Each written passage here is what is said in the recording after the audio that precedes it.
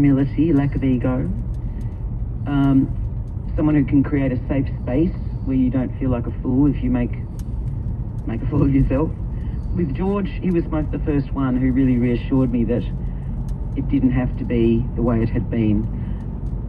There was no right or wrong with George. Whatever you offered was okay. It was just a matter of working out what we all agreed worked best. And as a theatre director, instead of sitting back and watching us work, he'd be right up on the floor with us in close-up, wanting to really see how deep we were reaching.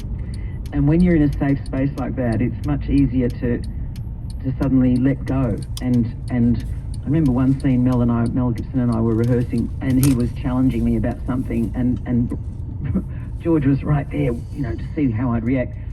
And he said it, and Mel said it in a certain way, and I just burst into tears, and George went, oh, because he got it, and when you feel safe, you can play those high stakes without holding back.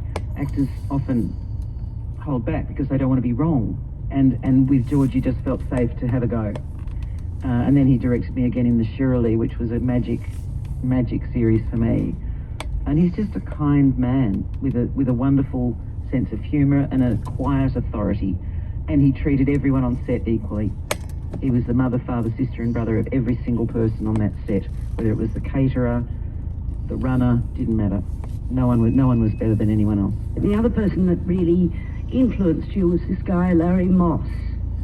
Can you talk about him? Because that seemed to have been a sort of like a momentary breakthrough for you. When I was 60, I was invited to be part of a workshop to be given by an American acting coach and director and actor called Larry Moss. And I was very jaded at that time because, the roles were kind of not that interesting. It was before Place to Call Home. And it was the time when Julia Gillard was Prime Minister and was getting such vilification in, like Bob Brown's Bitch and all that vile stuff that was going on. And the arts budgets were being cut further and further by George Brandis, who said it's all right to be a bigot. And I just felt completely jaded with the world. And I really didn't want to do it, this workshop. And I thought about it, I thought, oh, okay. And I did it, and it changed my life. He was extraordinary. He's like George Ogilvy on steroids. And he stopped me from being frightened to go on stage for all time by saying, they're not here to see you, they're here to see themselves. And I went, oh, it's not about me. I just have to tell the story. And he gave us scenes to do. He paired us with another actor from the great plays, and I mean the great plays. And I realised in my arrogance, I'd dismissed some writers' work because I'd seen bad productions. And I'd never gone back to the source and actually read the plays and understood the context in which they were written. And so my appreciation for great literature grew exponentially. And Larry said, the great writers write to serve humanity. Our job is to serve the great writers. I went, it's that simple. I just have to serve the great writers. And I'm not being judged. It's the story that's being heard. So if you take yourself out of it, you're free. You're absolutely liberated to, and I think I've done my best work since that, really, because I'm not afraid. But he was also incredibly strict about Australian voices. And there's a bit in the book where I talk about they want to mic actors all the time. And it shouldn't happen, because that's the whole point of theatre, is direct human contact and interaction. And Larry would say, are you in voice class? And inevitably they go, nah. Australians are so funny. And then he'd say, if the playwright didn't want the last 3 words of that sentence heard, he wouldn't have written them. And you go, oh, okay. But he pointed out how Australians have a tendency to trail off at the end of sentences. And he made us throw balls at each other with the lines and things. He said, you've got to have every word heard, and he knew every comma, every pause in the text.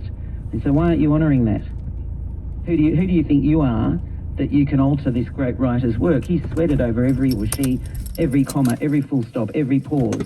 And you're not going to get the music of the writer if you mess with the words. So he really taught us reverence and to take the emphasis off ourselves and put it on the work, which was just revelatory to me. There is that emphasis on the significance of literature in in the book and in your life. And I think it's part of the final chapter, isn't it? Yes. Well, one of the reasons I wrote the book was because I realised, and this is something I didn't realise when I was writing it, it should have. When I grew up, and for a lot of us it would be the same, I read almost nothing written by women. Apart from Enid Blyton and the odd Bronte or Austen, it was all about men, by men, for men, and we girls were just lucky enough to have an education and be allowed to partake of this richness. And when I started discovering women's literature, it was revelatory because it resonated for me. And I just think more women should tell their stories. You know, Helen Garner is mentioned a lot in the book, and she was, again, vilified for talking about the minutiae of daily life, as if somehow that was irrelevant to real writing. Well, no, that's how we live our lives. You know, women have to do that, or have been trained to do that. And so it spoke to me in a way that, you know, a lot of male-driven literature doesn't. So, yeah, I love reading stories by women. In fact, after university, I probably went through 10 years without reading anything written by a man, just to make up for the difference, you know, for the lost experiences. Well, you must also, because I've noticed it as well, you know, the rise of women directors in this country, particularly in television, you know, Jessica Hobbs, so many really wonderful Australian women directing series here and going overseas and establish themselves really well over there. I mean, there has been, you know, there was only Gillian Armstrong in the 70s. And producers too. Pat Lovell was the only female producer, I think, at that point.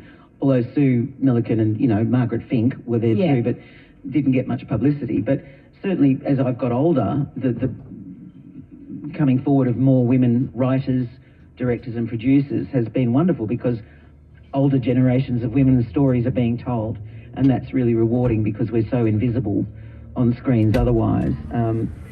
And so I've been lucky enough to be part of those.